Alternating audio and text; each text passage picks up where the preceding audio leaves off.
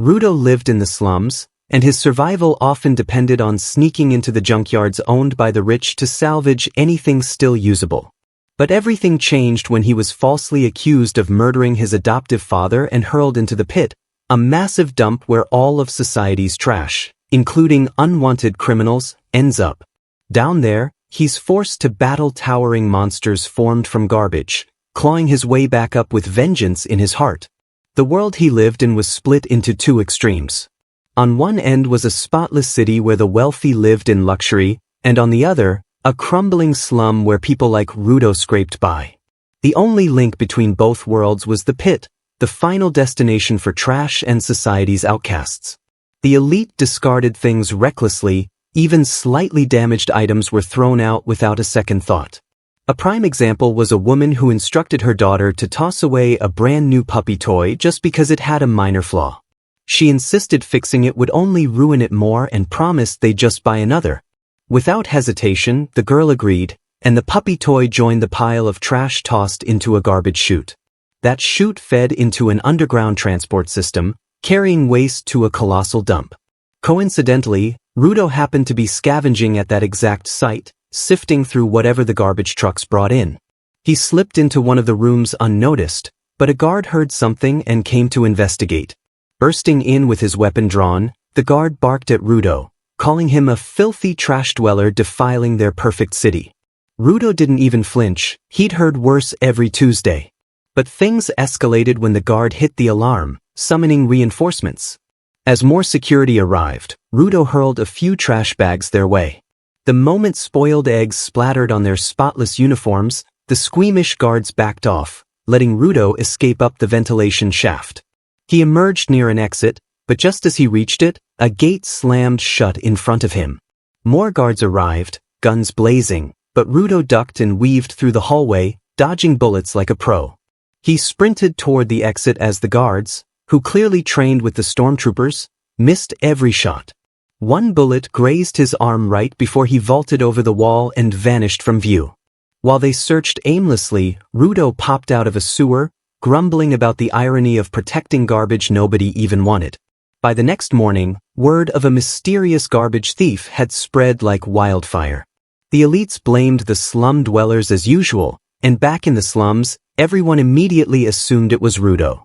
He'd done this kind of thing before, and while many expected him to get caught one day, most hoped for it. Rudo wasn't fazed by the gossip. He set up shop, preparing to sell the salvaged goods he'd fixed. His friend Chiwa stormed in, scolding him for taking such huge risks just for junk. But Rudo shrugged it off, saying the rich didn't value what they threw away. He felt sorry for those discarded things and figured that if he could sell them too, it was a win-win. Chiwa seemed to get it. But then 3 boys approached, sneering about the stench of trash. They warned Chiwa to stay away from Rudo, claiming she'd end up smelling like garbage. They mocked his old black gloves, claiming they were so filthy they could cause rashes with a single touch. One of them kicked over a lantern Rudo had just repaired and insulted both the item and Rudo's concealed hands. He stayed silent until one of them insulted his background, calling him a murderer's son. That lit a fire in him. The boys didn't stop there. They spat on the slums, calling it a prison for descendants of criminals. They said Rudo's father disgraced them all by committing murder. Rudo's glare alone made them bolt, screaming insults as they fled. He silently returned to fixing the lantern.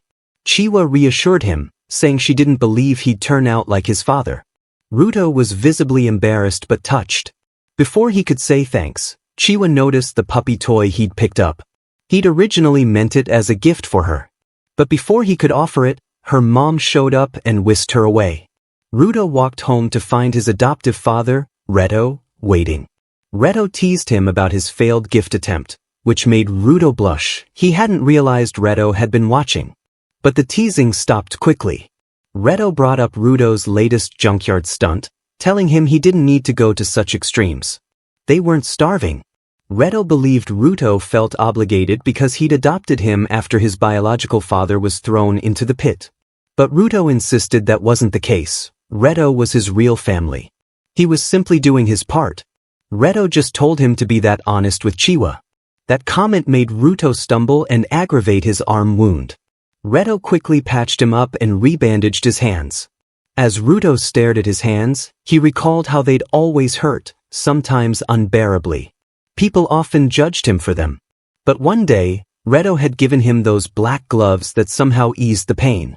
After tending to him, Reto joked that Ruto better confess to Chiwa soon or someone else might steal her away. They were still joking when a strange masked figure listened to them from the street. The following day, Ruto finally summoned the courage to tell Chiwa how he felt.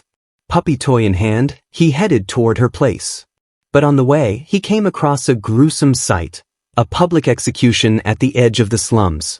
Another criminal was being cast into the pit. As Ruto watched, wondering what fate awaited those inside, Chiwa appeared beside him. She said it was horrible to witness and begged Ruto not to end up down there. She told him that, while some things might not deserve to be thrown away, risking his life wasn't worth it. Ruto admitted that Reto had said the same. Chiwa said that was because Reto loved him. Ruto took a moment to process what she'd said. If Reto loved him too, did that mean she did as well? Realizing the implication, Chiwa blushed, but it was too late. Ruto was already spiraling. He collapsed to the ground, red-faced, and handed her the toy, saying it might be garbage, but he thought the puppy would be happier with her. To his joy, she accepted it, promising to cherish it. Ruto was over the moon. He danced his way home, eager to brag to Reto. On his way, he bumped into some guards in the slums, odd, but they ignored him. When he reached home and swung open the door, his joy was shattered. Reto lay bleeding on the floor, with the masked man from earlier standing over him. The killer turned, looked Ruto in the eyes, and plunged the knife deeper. Ruto lost it, charging at him, but was knocked out cold with a single blow. By the time he came to, the masked man was gone, taking a book from the floor. Reto, somehow still alive, weakly told Ruto to run. Ruto tried to help, swearing he'd get medical attention, but Reto insisted he escape and change this broken world. With that, Reto died, and Ruto sat in disbelief. Then came the guards. They stunned him and pinned him down, declaring he was under arrest for murder. Ruto pleaded, saying the real killer had just fled. But the guards didn't care. They claimed they caught him red-handed and knocked him out cold. When he awoke, he was at the execution platform. The whole slum had gathered to watch him be cast into the pit. Even elites from the city were present. The judge declared that even though Reto had been a mere slum dweller, Ruto's punishment wouldn't be softened. He was guilty of murder. The crowd cheered the verdict. In disbelief, Ruto searched the faces for someone, anyone, who believed him. His eyes landed on Chiwa. Desperate, he yelled that he didn't kill Reto, begging her to find the real killer. But she looked at him coldly, saying she had trusted him and he'd proven her wrong. She dropped the toy and turned away, calling him his father's son. That broke Ruto.